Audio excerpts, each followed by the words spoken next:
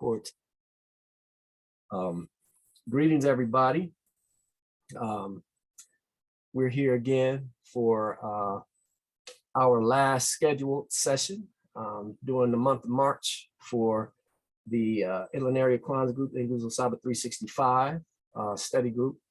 And we are wrapping up our celebration of Women's History Month, Black Women's History Month more specifically. And I'm gonna kick it off with a presentation that I've done before on the divine nature of women, Black women in that sense. I have to make a confession. I mentioned I did not have any opportunity at all since last week to work on this presentation. And it's not that it needs work so much, just for me to, it's a presentation that I've done a few times before. And I did want to revisit it. I wanted to put it on a new format, make it, just update it. But this past week has been a classic example of why Tuesday night is such a challenge. You know, once work stuff starts happening, everything goes haywire, and then you throw in a couple of upset stomachs and stuff, man, and you don't get to do anything. So here I am on Tuesday. I've been running around today, just got in, and didn't get the opportunity that I wanted to have to put a little bit more into this, but I think it'll be adequate for our purposes here tonight. So I like to always start off by talking about the principle, right, that applies to what we're talking about here tonight. And the principle, again, we could look at the principles, the Nguzo Saba, and we could identify principles that align with an understanding of our women as divine beings. That's in there, right? But more broadly, we get a recognition of that from African culture as a whole, right? Those who've studied African culture know that when we look at ancient civilizations and stuff, we see a pattern of matriarchy, matrilineal setups where, that's grounded in African people's appreciation of women and respect, profound respect for women. I'm gonna talk a little bit about that. I think I'm gonna just talk, and then I'll show a few screens from my presentation. Let me see where I'm at on time, okay? I want to begin just by saying that the divine nature of women as a whole, and the divine nature of Black women, African women in particular, was first recognized and first acknowledged and perhaps rewarded by the single greatest force known in our existence, right? And what I'm talking about is the universe itself. The universe itself acknowledged the divine nature of women and the significance of women by choosing women to do the single most important job on earth, right? There's nothing more important to our existence as human beings than the process of our creation. And the universe made a decision to choose woman. Get Dr. J in here so I'm gonna say that again. Dr. J, I was just getting started. I don't know if your audio, let me see, is your audio? She's connecting her audio now. I was just getting started here. And since you chimed in, Dr. J, I wanted to just repeat what I just said. I was talking about the divine nature of women, the divine nature of Black women in particular. And I mentioned that the single greatest force in existence acknowledged women as divine beings and as special, profoundly special beings by assigning women the single most important task in all of human existence, right? And that is the role and task of creation, right? There's no more important task on earth as far as human beings are concerned than the process of creating other humans. And we know that men are involved. It couldn't happen without us, but we also know that women do the bulk of the work. They do the heavy lifting, and that is a sacred role, and that's the foundation of African people's understanding of women as divine beings. And that's why ancient African societies were organized around women, right? Communities organized around women. If we look in antiquity, we find that the women in ancient Africa had more rights, more authority, more privileges than women in other cultures. There are no comparisons. There are no parallels, right? Women in ancient Kemet, for example, not only ruled, they owned property. You know, they weren't denied the opportunity to become educated, you know, as we still find as an issue in some societies today. So the understanding of women as divine beings and the African woman as a divine being goes way back to the foundations of our existence on this planet as African people. I like to point out that the widely known and very popular creation narrative, or resurrection narrative, I should say, that we find in the Judeo-Christian tradition. Of course, the one where, you know, we are saved, you know, and our Savior is supposedly Jesus, you know, and in that particular narrative. But in the earlier versions, in the earliest version of that, it wasn't a Jewish man who was the Savior.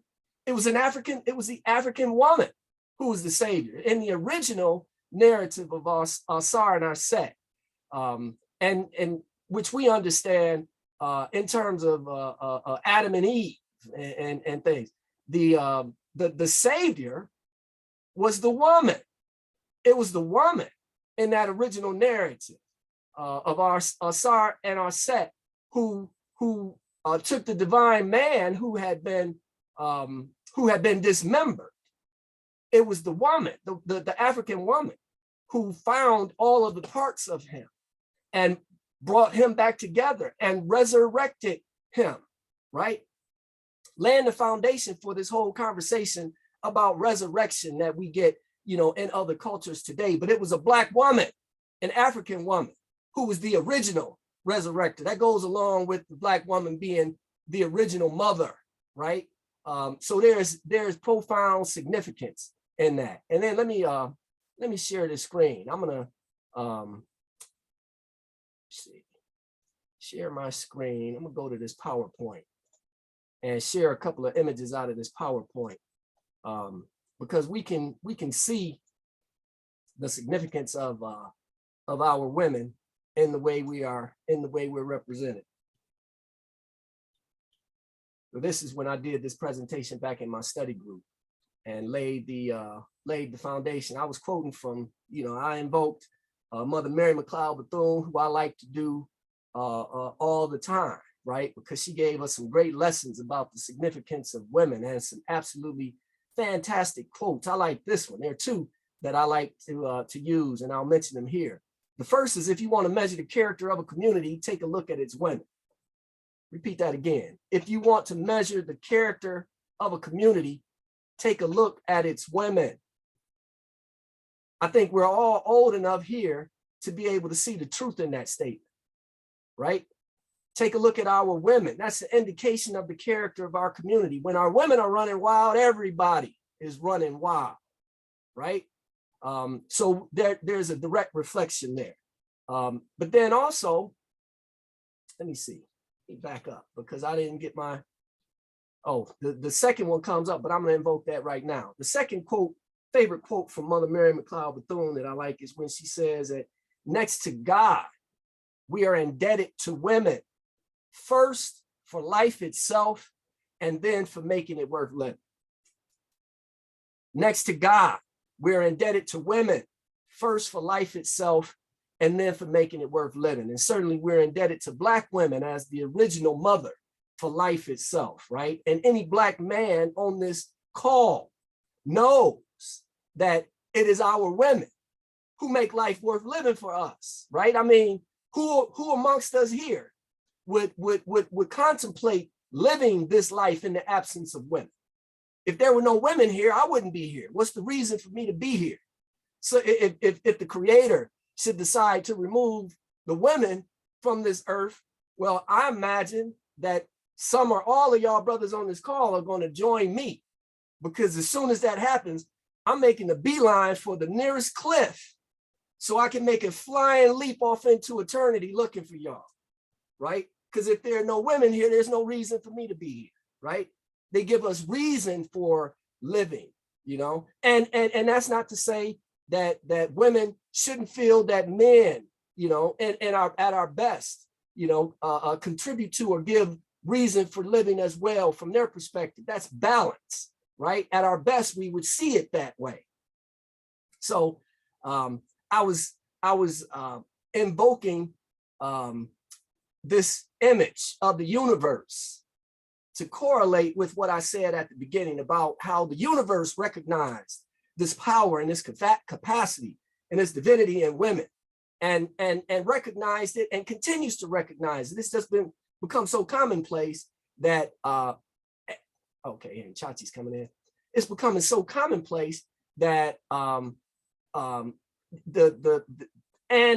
up against these other forces who have taken over that don't recognize women in the same way. So we're up against this effort to diminish women, and certainly we know that goes hand in hand with living in this society, you know, grounded in a Judeo-Christian context that diminishes women, you know, in its text. It's right there. I don't think anybody who seriously studied the text would take issue with me saying that you get a very problematic conversation about women in that text.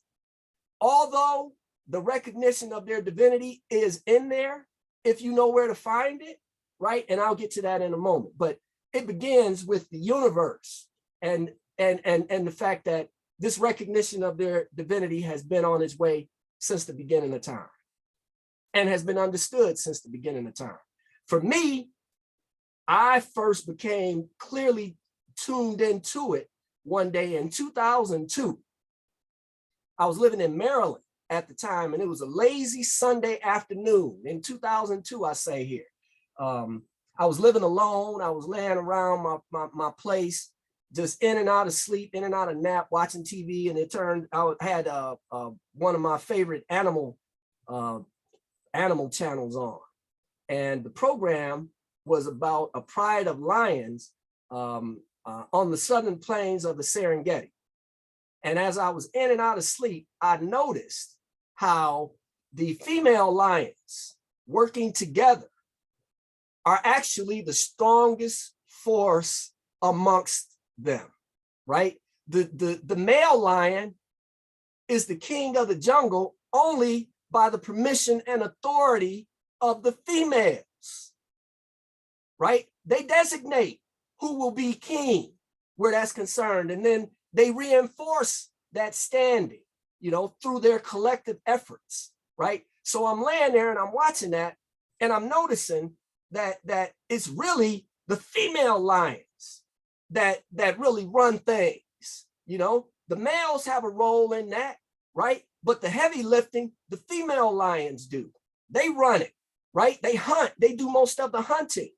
It's them who subdue, you know, all of the other species. Again, the male have a role in that, but the women, the female lions have a primary role running things. So me seeing that, and that's what our ancestors did: observe nature and draw lessons from it.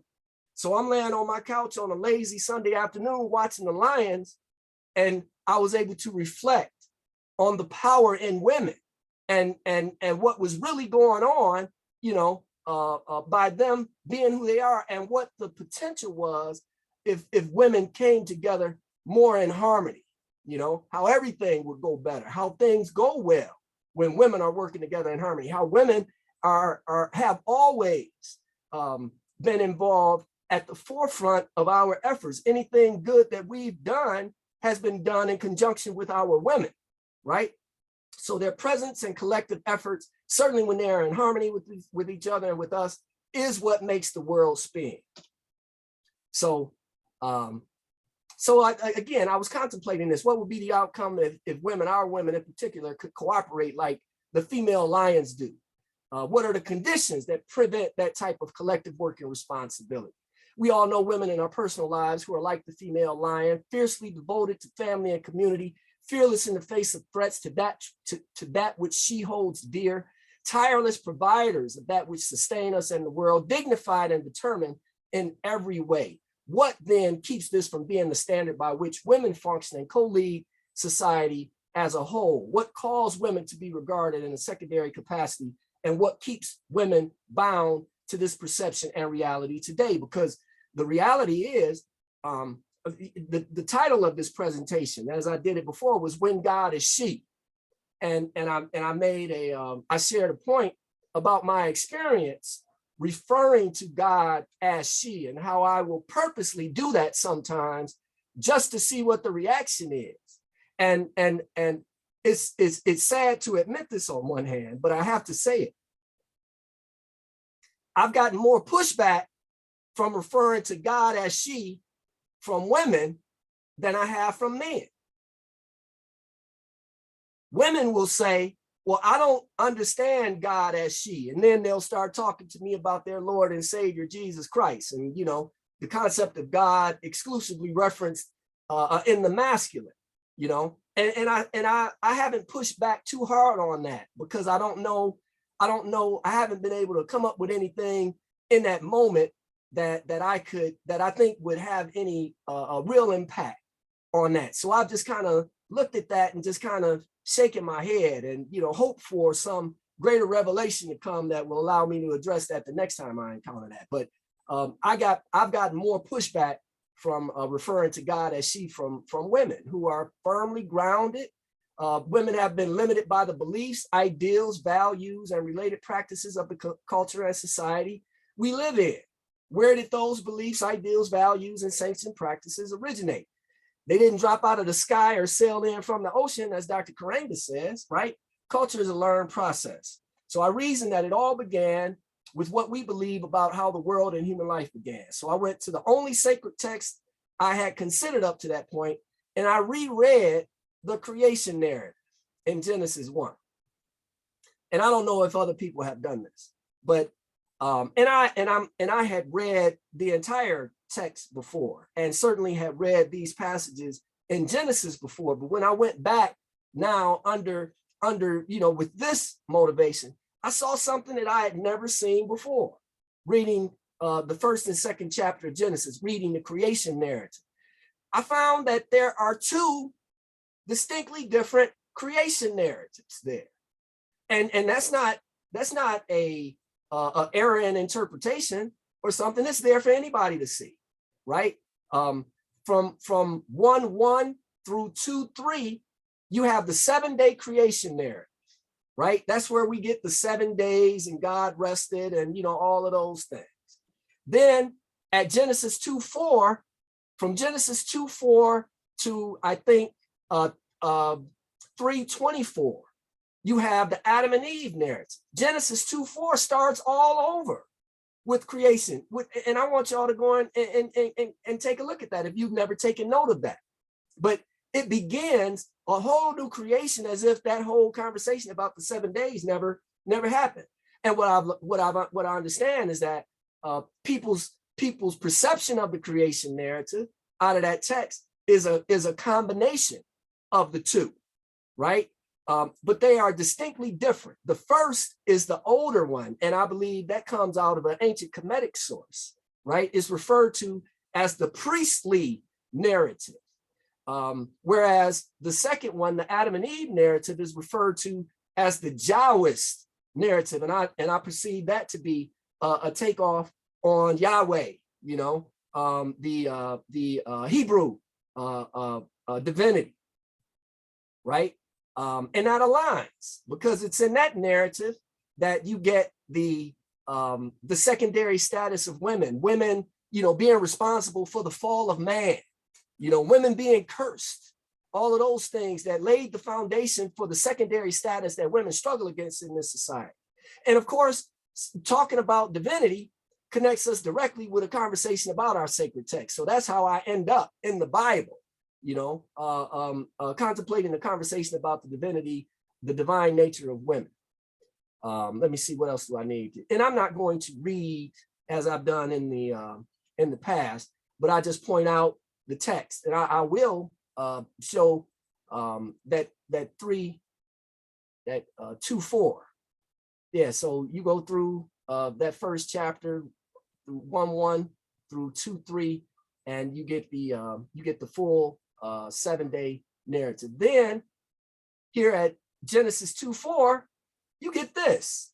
These are the generations of the heaven and the earth when they were created in the day that the Lord God made the earth and the heavens. In other words, as I mentioned, you have the creation narrative starting all over again, right? And it's there that you get, as I mentioned, that diminished perception and understanding of women. But in that first one, let me see. I interpret this here. First of all, when you go to the text, it says here, you see, and God said, let us, God in the plural, let us make man in our image. God is plural there, right? After our likeness, and let them have dominion over the fish of the sea and over the fowl of the air and such and everything on the earth. So God created man in his own image. In the image of God created he him, male and female created he them. And God blessed them, and God said unto them, be fruitful and multiply. So what I'm saying here is that in this, I believe an accurate interpretation of this text, we have God as a plural, God with both male and female principles, because how could human beings, man and woman, be created in the image of God if the image of God wasn't comprised of both, right? So we get an acknowledgement of the divinity of women in that text. And I think it's indisputable, irrefutable, right? But of course, that's not celebrated and not promoted through the church, because, you know, there's a whole nother thing going on there. And it's, you know, it's been suggested that the male focus is a hostile reaction to the female focus that existed for so long in ancient times, right? So we get that. So I mean, and admittedly, it takes a little bit of work to be able to pull that out, you know, and you don't have to work that hard going into the ancient African texts, you know, to find out about women in the divine, in a divine role. Let me see, what time is it? Okay, I'm coming up on my needing to wrap. So let me just, without going through all of the details here, because again, I didn't get the opportunity to revisit all of this. Let me see. And this thing has moved to the bottom of my screen where I don't want it. Okay, that's good enough. There's text in here and this is coming out of the Husia, or the Memphite theology. But the book that I took it out of is the Husia Sacred Wisdom of Ancient Egypt. And in here, it's talking about the divinities, Ma'at. I mean, Ma'at is a central divinity in the ancient Kemetic moral and spiritual tradition. I mean, it's referred to as Ma'at. The tradition itself is referred to as Ma'at, and Ma'at is a female in there. We get a conversation about Shu as another divine feminine entity. The power and principle of light and air is a female principle.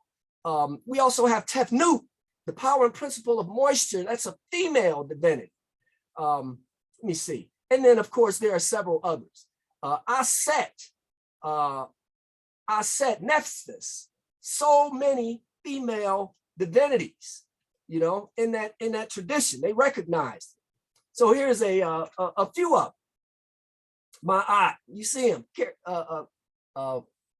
represented as female. Nephthys, Isis or Aset, Shu, Tefnut, you know, Newt. These are all divinities in the Memphite theology of ancient Kemet. You know, this informed the other traditions. Geb, I think, is female, it's feminine as well. Bess, oh man, I should have. Hathor, I mean, look at all of these feminine. Basset, man, I missed a few of them, you know? So we don't have to look very hard to find a recognition of the divinity of women if we go back to the, you know, more original text.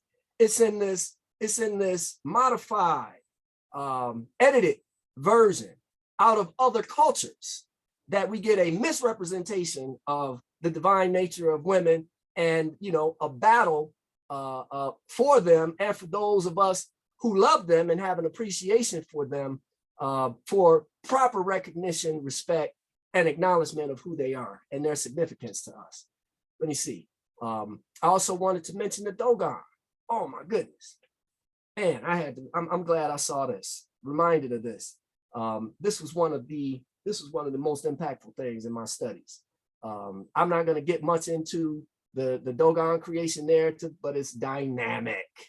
It's dynamic. I note here that the descriptions in it are parallel with what we understand as quantum physics, string theory, or the Big Bang theory. You get that from the Dogon creation narrative. And of course, the Dogon are the people who have knowledge, who had ancient knowledge for centuries of the Sirius A and B star system.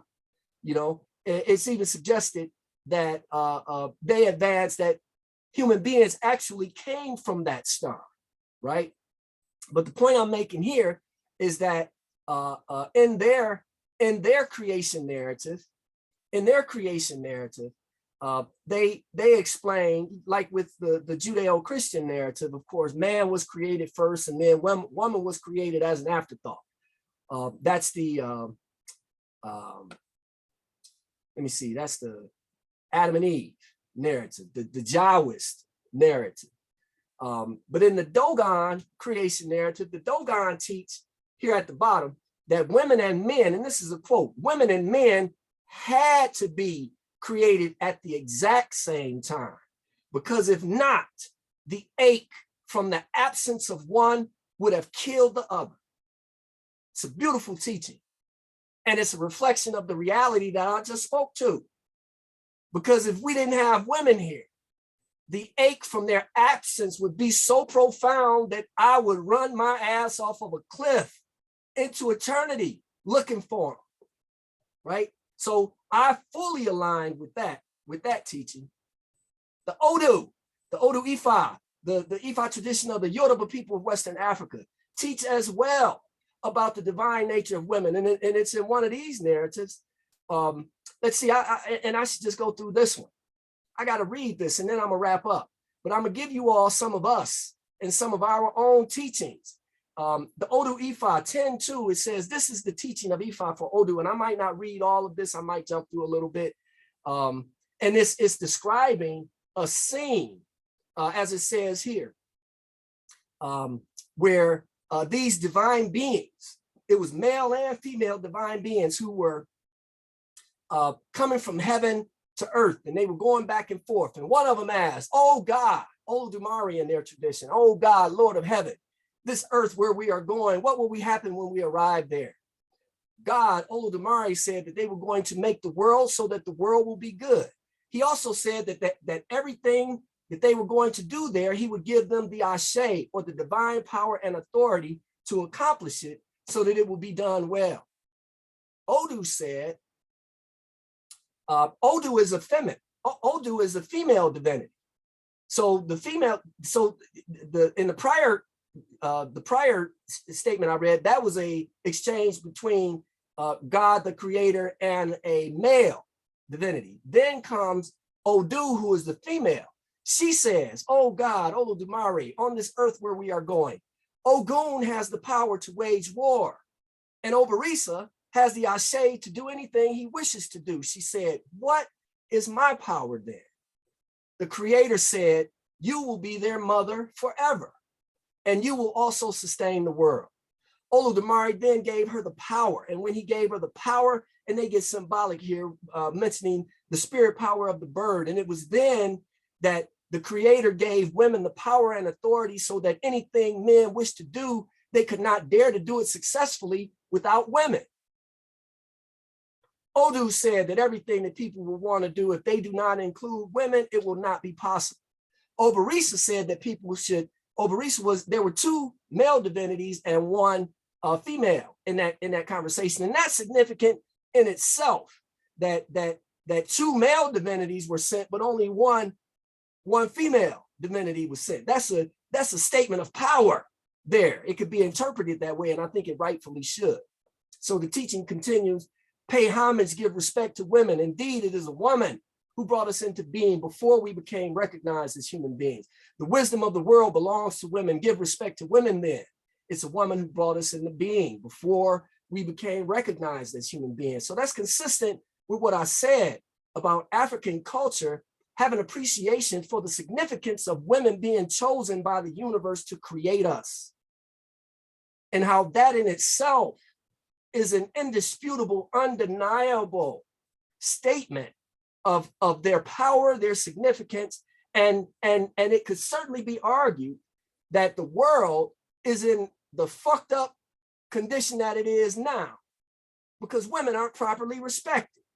We got men, crazy men, sitting around making decisions, you know, without the rightful input of women. You know, that's why you get crazy wars going on, right? Women have a whole different attitude towards that level of conflict, right? That's because they create those children, they create those men, and they love those men. So their perspective is different. I mean, we named our daughter Lima after a sister named Lima Bowie, who organized a women's movement in Liberia that brought an end to their second civil war. It was the women who got sick and tired of the war and organized across cultural lines, across religious lines, and shut it down, absolutely shut it down, you know? So there's a lot to be said for that. And I'm gonna close with this. Let me see. Okay, so this was just a wrap up here after the discussion about the significance of women. I wanna close, and I'll close here with a broader reflection from our sacred text, about our purpose here, right? And I believe this is consistent with what I've just said about the need to recognize the divinity in women. And this teaching essentially says that human beings were divinely chosen to bring good into the world. Matter of fact, in the Yoruba tradition, the word for one of the words for human beings is Eniyan, E-N-I-Y-A-N. And that word literally translates to mean divinely chosen ones. And in that sense, again, we were divinely chosen to bring good into the world, to create the good condition. And in this narrative, it explains that we can only rest in heaven once we've created the good conditions on earth.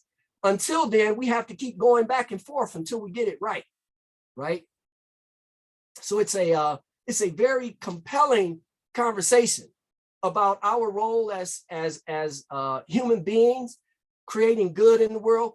We are chosen not against or above any other human beings, but we are all chosen equally. So this isn't a conversation like you get in some traditions that would suggest that their culture is chosen, whereas others are not. No, this is a recognition of human beings as a whole being chosen. And of course, that's distinct as well.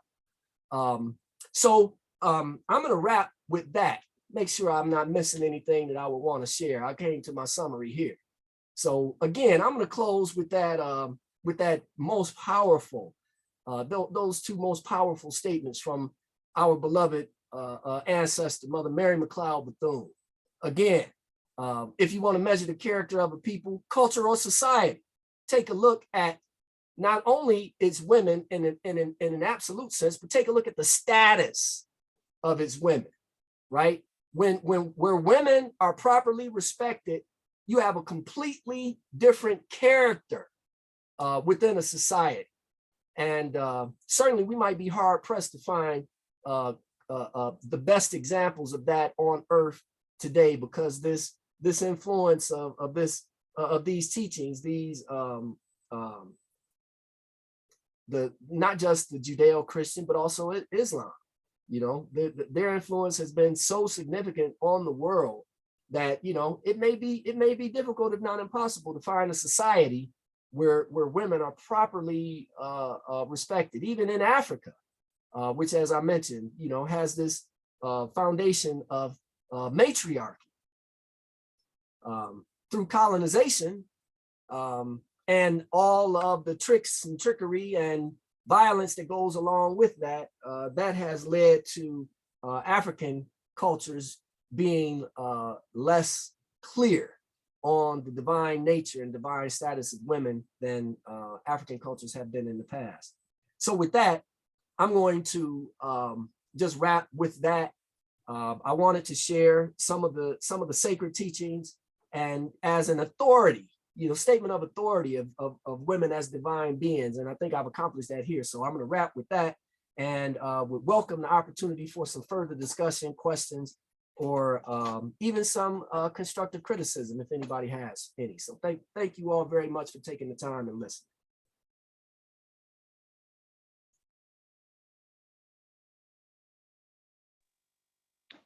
I think it was a great presentation. I found it very informative, and you did a great job. Thank you so much, kind sister. Appreciate that. I'm glad I was able to hear it. Yeah, well, I've done that one. I've done that one and variations of that one several times. And I must admit, it really is, you know, that's my favorite presentation. And I really like when I have the opportunity to really get into it before and have the opportunity to, you know, really lay it out and get into a full discussion about it, you know. I mean, I'm convinced that, you know, properly recognizing women is the for who they are and their significance, and you all significance, is the key, one of the primary keys to the transformation that I think we need in the world.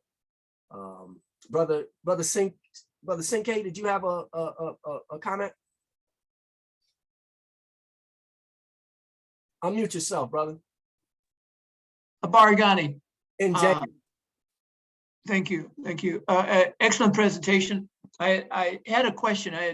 This is the first time that I had heard about the two different creation narratives. So thank you so much for that information, Mike. I was wondering if you could comment. You said one is the priestly source, and the other is the Jahwist source, if I understood you correctly. Yes. And since they both come from the same source, my question is why is the first one referred to as the priestly source, since they're both from the Bible? Well, Asante, for your question, and if I understand you correctly, and that's a mantra coming out of the US organization and everything. So sometimes that just jumps out. Of course, properly understood, the Bible is thought of as a single text.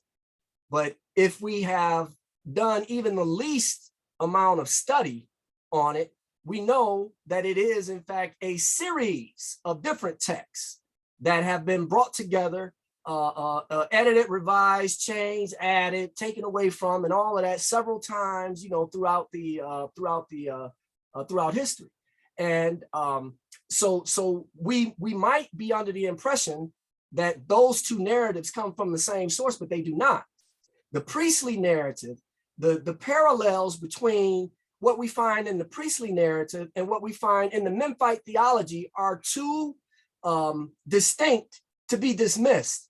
Plus, we know that ancient Kemet informed these traditions. We know that Islam borrowed extensively from ancient Kemet. We know that Hinduism borrows. We know that Buddhism borrows. We know that Christianity and Judaism all borrow from those teachings, right? So it should come as no surprise to anybody that right there in that first creation narrative, the parallels between that and the teachings coming out of the Memphite theology can't be denied.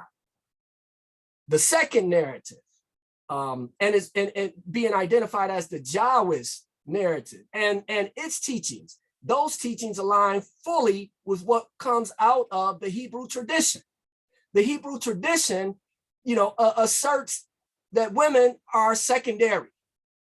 That's reflected in their teachings. So we get that in that second narrative. That's where we get that notion of women as being responsible for the fall of man, women being cursed, all of these negative things about women coming out of that text. So that's consistent with what that culture teaches even to this day, right? So those are the two sources, and scholars don't even dispute that. They more or less ignore it than try to dispute it, because once you start digging into the history, it can't be disputed.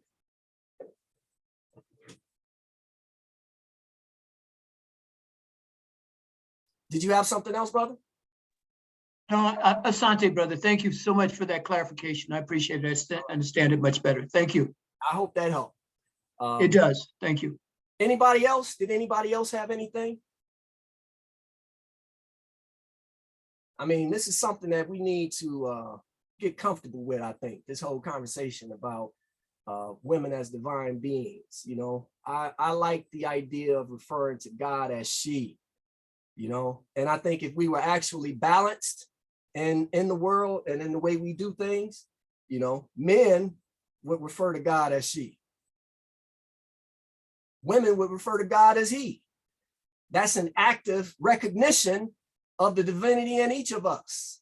It's a wholly unbalanced situation for us to think that the divine is comprised of male and male exclusively. That doesn't lend itself to an understanding of our women as divine beings. So, speaking things into existence is a part of what we do, right? So I think that our referring to God as she, being conditioned that way, could go a long way towards, could contribute in some way, I should say, to changing those attitudes. And I think that'll have to be necessary at some point once we, get about the business of fixing things in the way that things need to be fixed. So, Akir, any thoughts on this, brother? Yes, of course. Sorry if you hear my background noise. I would first say Havari Gani, everyone. And secondly, I like to say that I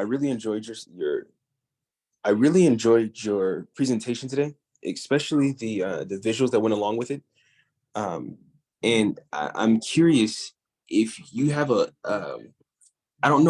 plan or any advice on how we can get young people to feel the same way that you do about women. I know that you already explained that it's a big problem, and of course, it's been 2,000 years of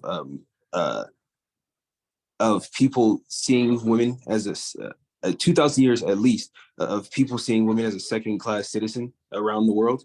But in today's age of technology too, how do you think that we can change the narrative of how women are viewed by men and women themselves? Well, I think you got to do as Kwame Nkrumah taught us. First president of independent Ghana. One of his teachings was you got to meet the people where they are to build on what they know. You got to meet the people where they are to build on what they know. And so many people are grounded in the Bible that, I would say that one of the primary ways to, engage with people is through the Bible. I have had countless number of conversations with people of the faith, about those passages in the Bible. I have not yet encountered anybody who was a deep believer in the Bible who was aware that there are two creation narratives there, So if people are believers, I think that in itself creates an opportunity for a conversation, a new conversation to be had just by, saying, hey, are you aware that there are two creation narratives? And because they ain't going to run away from that conversation. They'll engage with you on that. And again, because so many people in this society are grounded consider themselves to be grounded in that text, I think that's one way of having that conversation and beginning to change those attitudes. And then the further you go back into the history of it, start connecting them with a deeper understanding of how women have been recognized and supported, acknowledged, in ancient Kemet, that becomes an opportunity as well. I wish I'll give some more thought to that, because I know that when you talk about reaching young people, the Bible might not be the right way to go about doing that, might not be the best way to go about doing that. For some of them, it would be, of course, but I'll give some more thought to that, Akir, about other ways that we could go about reaching younger people and people in general with a conversation about the divine nature of women. And another question I had was, do you think that the idea that you're speaking about of women being like second class or at a lower rank than men has had a significant impact on the way that women view themselves now? And I'm saying this again specifically to about younger women, because I've noticed that there's been like a thing now where, like, in the past people would say that women, you be ladylike or have self-respect. That's been a huge thing, but now that's not even like a conversation, specifically with people in my age group. In fact, if you say anything about that, if an older person tells them that, or especially if a man tells them that, it's seen as putting them down. So it's kind of anything, any conversation of traditional values is to be taking away women's rights or shaming them in some type of way. Yeah. Well, I mean, there's a rejection of patriarchy, in that, and I think a rightful rejection of patriarchy to some extent. Let me see. Let's stop this for a moment. I believe, as I said, a rightful rejection of it, but I don't know. I mean, I got to give some more thought. To this. I'm drawing a blank right now on clever ways to engage this topic with younger people. But to your question, it absolutely has this society and its teachings about women have absolutely affected women. And I'll share this. This is I think this is a direct example of what we're talking about here.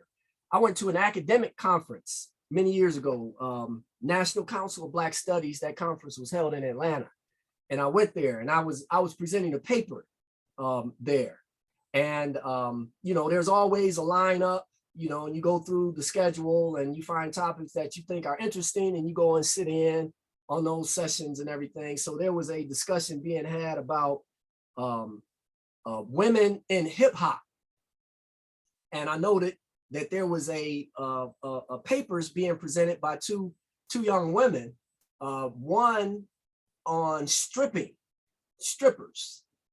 and I can't remember the title or anything, but I know that I understood that this paper was going to be a positive take on stripping and an argument. So what this young lady did, she went up there and I saw it from the first time I saw her, because she walked up there in clothes so tightly fitting that she could barely breathe.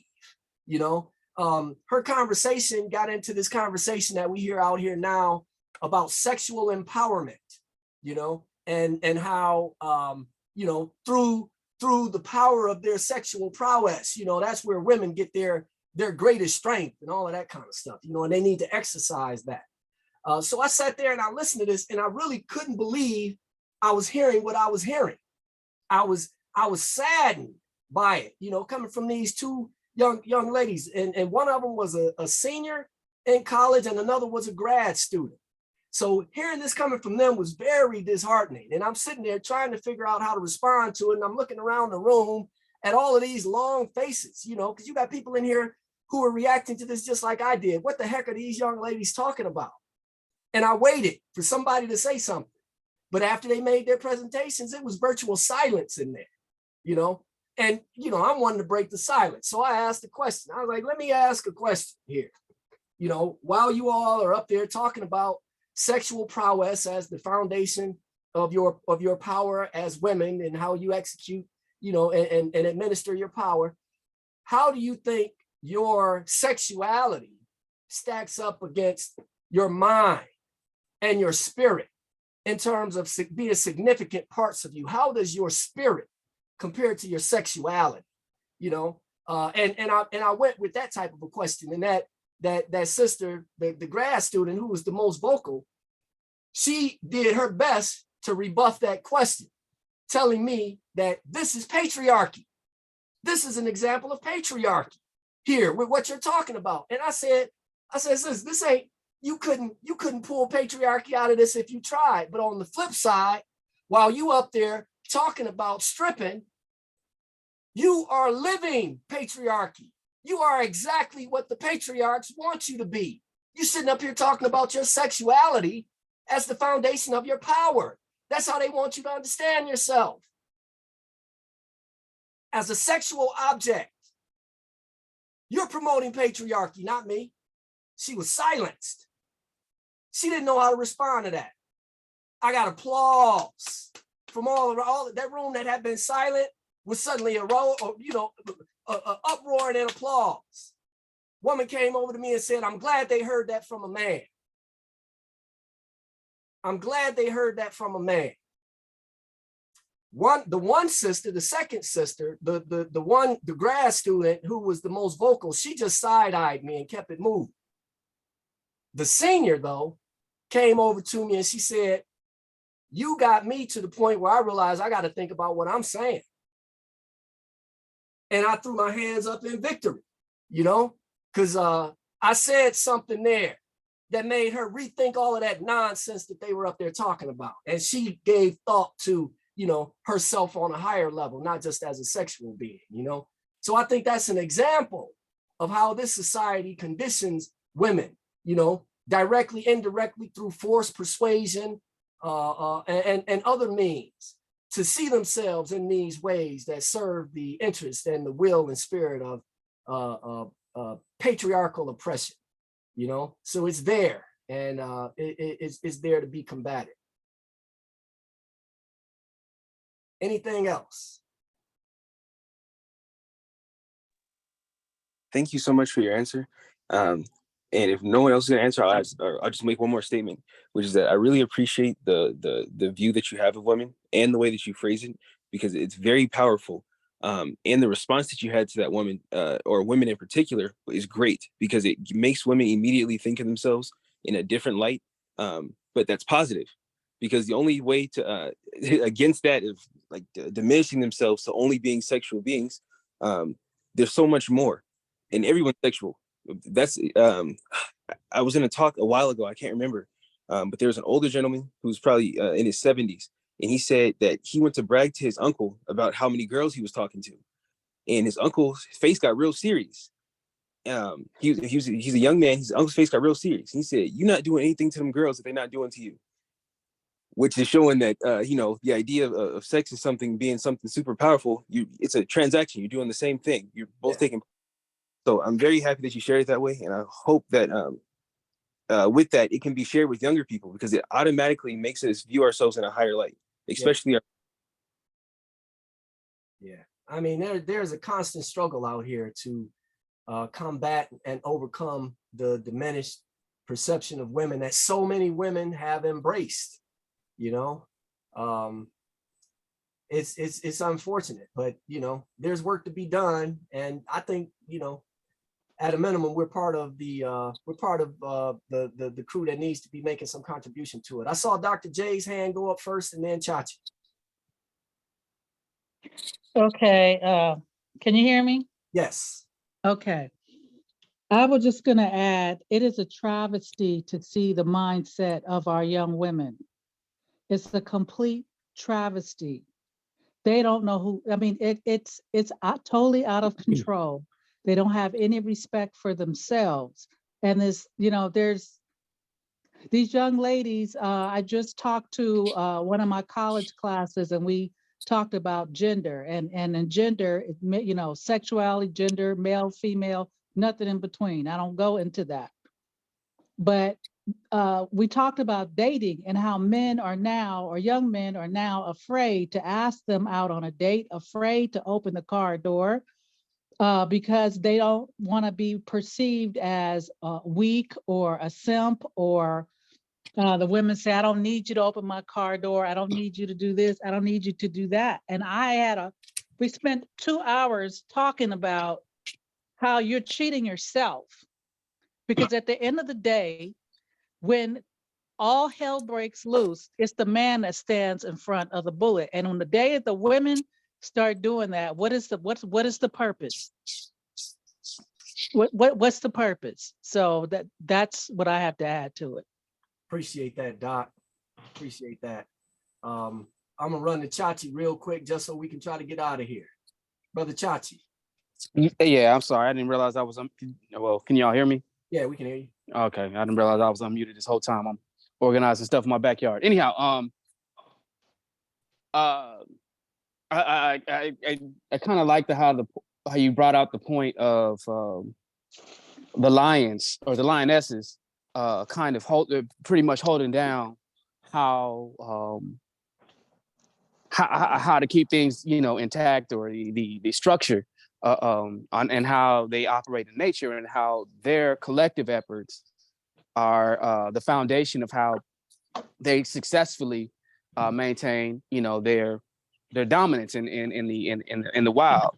And it seemed to be reflected and reverberated in that moment where you spoke on how he said, God said, let us create man in our image. Yeah. Also coming from a collective position or collective stance. And it seemed to be reflective. And if you really kind of step back at it and just say that, you know, if our most powerful moment is embodied, or excuse me, one of the most powerful moments embodied in nature is by the collective work of women, and God saying, let us make them in our image, and us having the ability, or just seeing that reflecting, you know, even in society in itself, like you said, where some of the most powerful things that have happened in society, not only globally, but just even in African American culture, it has a you know, almost a reflective impact, you know, visual of like at our greatest moments, we see what it is to be God-like. Yeah. And even when we started in the conversation, I was really just saying, like, man, like it's silly to me that anybody would balk at the idea of God being she. Like it's an all-being entity. Yeah. You know, like it is all of us and none of us at the same time. So why would there be so much pushback in terms of that? And when we talked about when you know, Akir brought up the point about young women, and Dr. J emphasized as well, there's an overcorrection of how to process it. You know, like the way that young women carry themselves and think about things in the world, it's baffling to me that this is aggressive approach to try to take what they see as just using sexuality as a key point, as an empowering entity or empowering source, when in reality that's not where the true power comes from. And even when men have tried to use sexuality as a form of manipulation or power or subjugation, it never really, you know, manifested in a way that was fully constructive for the people overall. So like, I'm glad, you know, that you really brought this up, because it really started a whole trajectory of thought and idea of how I should be perceiving things, especially like, you know, in the community. Because I'm gonna be real with you, like I see a lot of sisters in the community, and it's not as many brothers as it should be, and whereas I felt that it should be, but in reality, I think maybe I might have had the wrong perspective in terms of not, you know, thanking the ancestors and God that, like, you know, that I am tapped in and connected to a powerful network, because that is a reflection of God. So I'm sorry, I hate to ramble, but I'm you got me excited, brother, and I appreciate, you know, everything that you shared. You know, it triggered a whole new line of thought for me. Well, I count that as a big win, bruh, because that's the whole point behind this, you know, to try to engage portions of our brain that haven't been adequately engaged on topics like this, you know, so that we can find some new energy, some new motivation to do the work that we got to do, you know. And we got to come together like this and more, you know, we got to talk about this more, you know, because there is active thought that needs to go into this for us to come up with the right responses to the current context so that we can effectively change things, you know. And it can be done. It can be done. It just takes us to recognize that we're not going to get there doing things the way that we've done, you know, doing what we've done before over again and expecting a new and different outcome as an applied definition of insanity. So we got to do something different, you know, and we got to be righteous ourselves. You know, if I'm a righteous man and I'm known to be a righteous man, then my word has more impact in this conversation than, you know, somebody who's known to be a hustler out there, you know. Those men are constantly perceived as looking for an individual, a personal advantage somehow, you know. So we got to be upright ourselves, and the more upright we are as men, as people, as women, the greater impact we can have in sharing these perspectives and even conceiving them. Because I think, you know, coming up with these ideas, there's a reason why, you know, those deep ideas don't hit everybody, because everybody ain't in the right spirit space, you know. So we got to get there in order to be able to receive and use that which we receive to make the changes within ourselves and within our community, and ultimately, you know, broader scale around the world as much as we can. That's my story, and I'm sticking to it. We're now at 7:05. So I'm gonna say again, thanks to everybody for your participation tonight. Thanks for the discussion. Thanks for your reception of the message. Thanks for your comments, and thanks for the work that you'll do with this information. And thanks for your participation in our further efforts to advance and understand, and a broader understanding of the divine nature of women, and Black women in particular. So Asante Sana to everybody for that. And with that, I'm gonna go ahead and close out the open portion.